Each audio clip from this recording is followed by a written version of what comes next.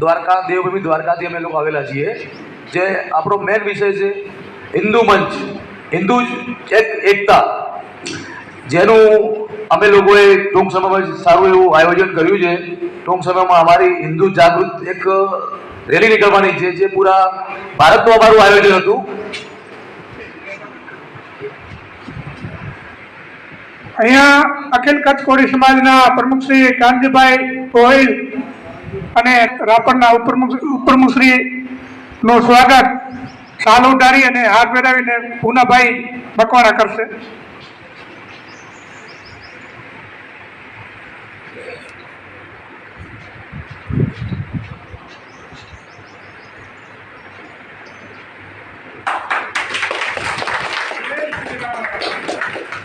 જય